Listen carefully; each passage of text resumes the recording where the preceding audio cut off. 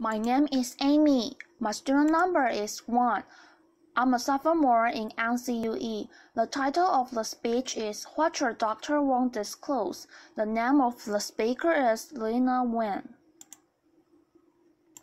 They told me that I'm a traitor to my own profession, that I should be fired, have my medical license taken away, that I should go back to my own country. My email got hacked. In the discussion forum for other doctors, someone took credit for Twitter bombing in my account. Now I didn't know if this was a good or bad thing. But then came the response, too bad it wasn't a real bomb.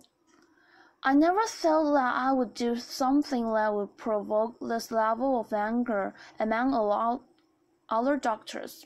Becoming a doctor was my dream. I grew up in China, and my earliest memories are of being rushed to the hospital because I had such bad asthma that I was there nearly every week. I had this one doctor, Dr. Sam, who always took care of me. She was about the same age as my mother. She had this wild, curly hair, and she always wore these bright yellow flowery dresses. She was one of those doctors who, if you fell and you broke your arms, she would ask you why you weren't laughing because you're humorous.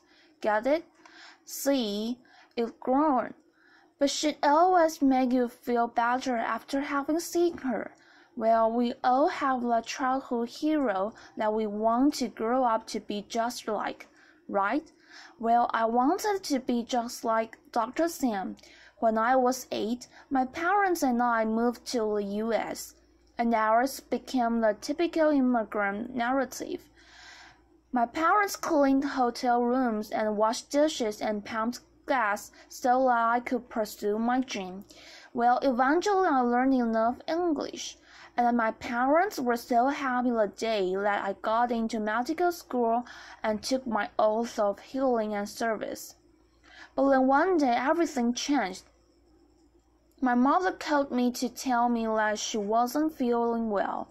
She had a cough that wouldn't go away. She was short of breath and tired.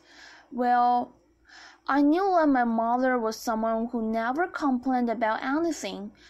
For her to tell me that something was the matter, I knew something had to be really wrong, and it was.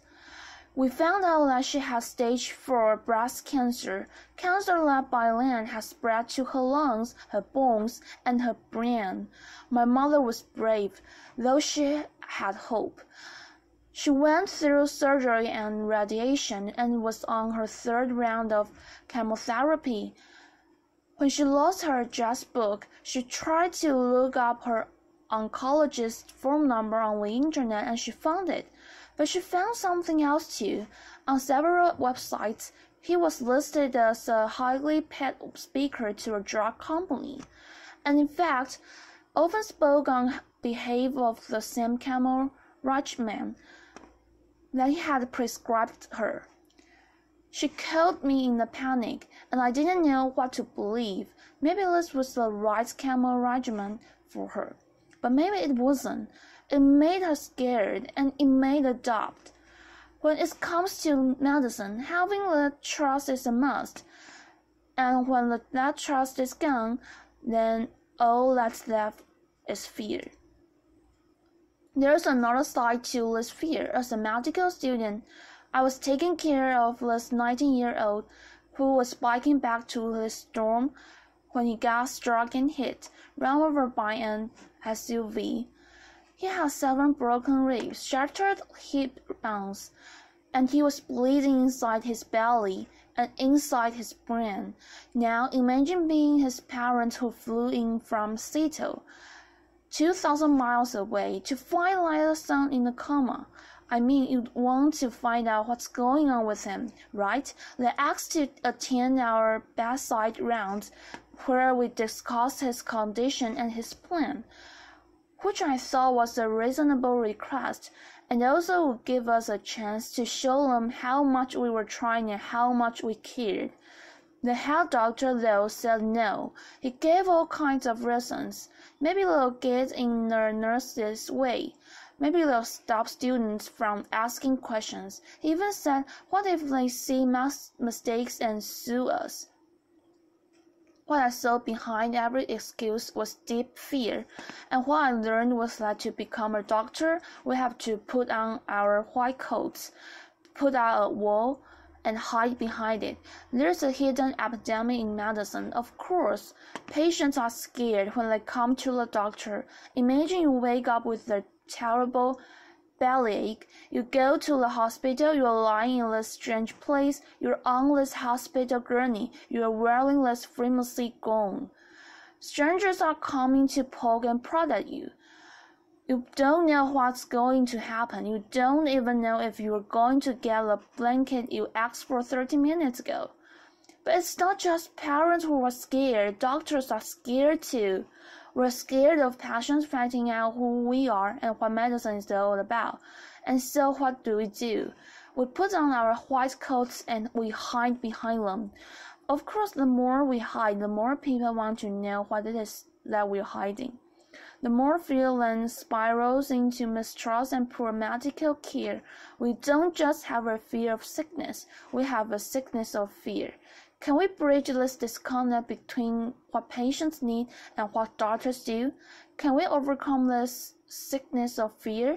Let me ask you differently. If hiding isn't the answer, what if we did the opposite? What if doctors were to become totally transparent with their patients? I conducted a research study to find out what it is that people want to know about their health care. I didn't just want to study patients in a hospital, but everyday people. So my two medical students, Suhavi Tucker and Laura Jones, literally took their research to the streets. They went to banks, coffee shops, senior centers, Chinese restaurants, and train stations. What did they find? Well, when they asked people, what do you want to know about your health care? People responded with what they want to know about their doctors, because people understand health care to be the individual interaction between them and their doctors. When we asked, what do you want to know about your doctors? People gave their different answers. Some want to know that the doctor is competent and certified to practice medicine. Some want to be sure that their doctor is unbiased and is making decisions based on evidence and science, not on who pays them. Surprisingly to us, many people want to know something else about their doctors. Jonathan, a 28-year-old law student, says he wants to find someone who is comfortable with LGBTQ patients and specializes in LGBT health. Serena, a 32-year-old accountant, says that it's important to her for her doctor to share her values when it comes to reproductive choice and women's rights. Frank, a 59-year-old hardware store owner, doesn't even like going to the doctor and wants to find someone who believes in prevention first, but who is comfortable with alternative treatment. One after another, our respondents told us that the doctor-patient relationship is a deeply intimate one, that to show their doctors their bodies and tell them their deepest secrets. They want to first understand their doctor's values. Just because doctors have to see every patient doesn't mean that patients have to see every doctor. People want to know about their doctors first so that they can make an informed choice. As a result of this, I formed a campaign, Who's My Doctor?, that calls for total transparency in medicine. Participating doctors voluntarily disclose on the public website not just for information about where we went to medical school and what specialty we're in, but also our conflicts of interest. We go beyond the government in the Sunshine Act about drug company affiliations, and we talk about how we're paid. Incentives matter. If we go to a doctor because of back pain, you might want to know he's getting paid $5,000 to perform spine surgery versus $25 to refer you to see a physical therapist, or if he's getting paid the same thing no matter what he recommends. Then we go one step further. We add our values when it comes to women's health, LGBT health, alternative medicine, preventive health, and end-of-life decisions. We pledge to our patients that we are here to serve you, so we have a right to know who we are. We believe that transparency can be the cure for fear. I thought some doctors would sign on and others wouldn't, but I had no idea of the huge backlash that would ensue. Within 1 week of starting Who's My Doctor, Medscape's public forum and several online doctors' communities had thousands of posts about this topic. Here are a few. From a gastroenterologist in Portland. I devoted 12 years of my life to being a slave. I have loans and mortgages. I depend on lunches from drug companies to serve patients. Well, times may be hard for everyone, but try telling your patient making $35,000 a year to serve a family of 4 that you need the free lunch. From an orthopedic surgeon in Charlotte, I find it an invasion of my privacy to disclose where my incomes come from. My patients don't disclose their incomes to me, but your passion's sources of income don't affect your health. From a psychiatrist in New York City, pretty soon we will have to disclose whether we prefer cats to dogs, what model of car we drive, and what toilet paper we use. Will how you feel about Toyotas or Cottonelle won't affect your patient's health, but your views on a woman's right to choose and preventive medicine and end-of-life decisions just might. And my favorite from a Kansas City cardiologist. More government-mandated stuff. Dr. Wan needs to move back to her own country.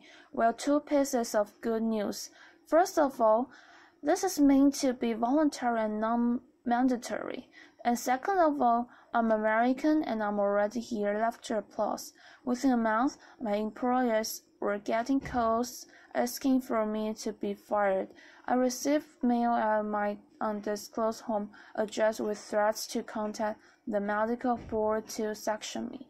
My friends and family urged me to quit this campaign. After the bomb threat, I was done, but then I heard from patients over social media, a tweet chat, which I'd learned that was violent, generated 4.3 million impressions, and thousands of people wrote to encourage me to continue. They wrote with things like, if doctors are doing something they're less ashamed of, they shouldn't be doing it. Elected officials have to disclose campaign contributions. Lawyers have to disclose conflicts of interest. Why shouldn't doctors? And finally, many people wrote and said, let us patients decide what's important when we're choosing a doctor. In our initial trial, over 300 doctors have taken the total transparency pledge. What a crazy new idea, right? But actually, this is not that new of concept at all. Remember Dr. Sam, my doctor in China, with the goofy jokes and the wild hair? Well, she was my doctor, but she was also our neighbor who lived in the building across the street. I went to the same school as her doctor. My parents and I trusted her because we knew who she was and what she stood for, and she had no need to hide from U.S. Just 1 generation ago, this was the norm in the U.S. as well. You knew that your family doctor was the father of 2 teenage boys, that he quit smoking a few years ago. They say he's a regular churchgoer, but you see him twice a year. Once at Easter and once when his mother-in-law comes to town. You knew what he was about, and he had no need to hide from you.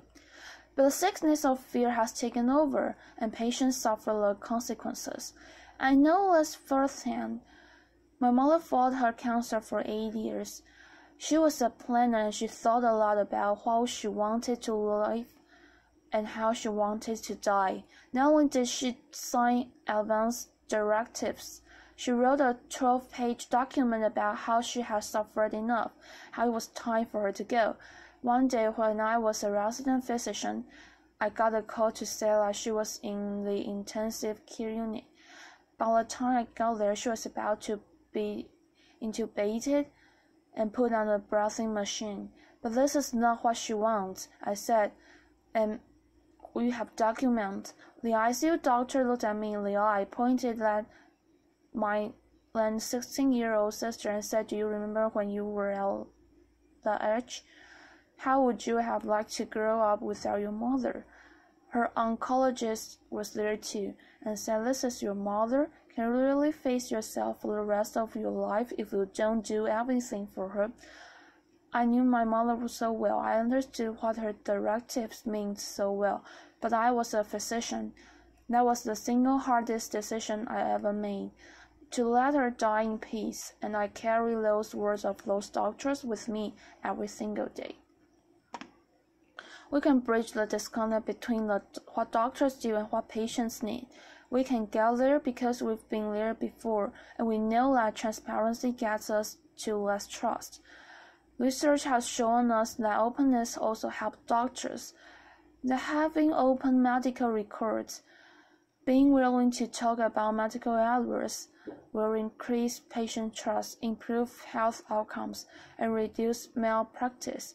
The openness that trust is only going to be more important as we move from the infectious to the behavioral model of disease. Bacteria may not care so much about trust and intimacy, but for people to tackle the hard lifestyle choices, to address issues like smoking cessation, blood pressure management, and diabetes control, well, that requires us to establish trust. Here's what other transparent doctors have said. Brandon Combs, an internist in Denver. This has brought me closer to my patients. The type of relationship I've developed. That's why I entered medicine. Aristotle, an internist in Denver. I tell my patients that I am totally open with them.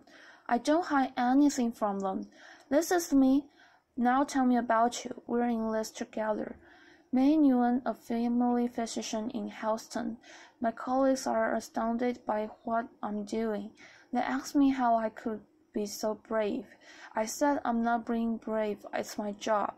I leave you today with a final thought. Being totally transparent is scary. You feel naked, exposed, and vulnerable, but that vulnerability, that humility, it can be an extraordinary benefit to the practice of medicine. When doctors are willing to step out of our pedestals, take off our white coats, and show our patients who we are and what medicine is all about, that's when we begin to overcome the sickness of fear. That's when we establish trust. That's when we change the paradigm of medicine from one of secrecy and hiding to one that is fully open and engaged for our patients. Thank you. Applause.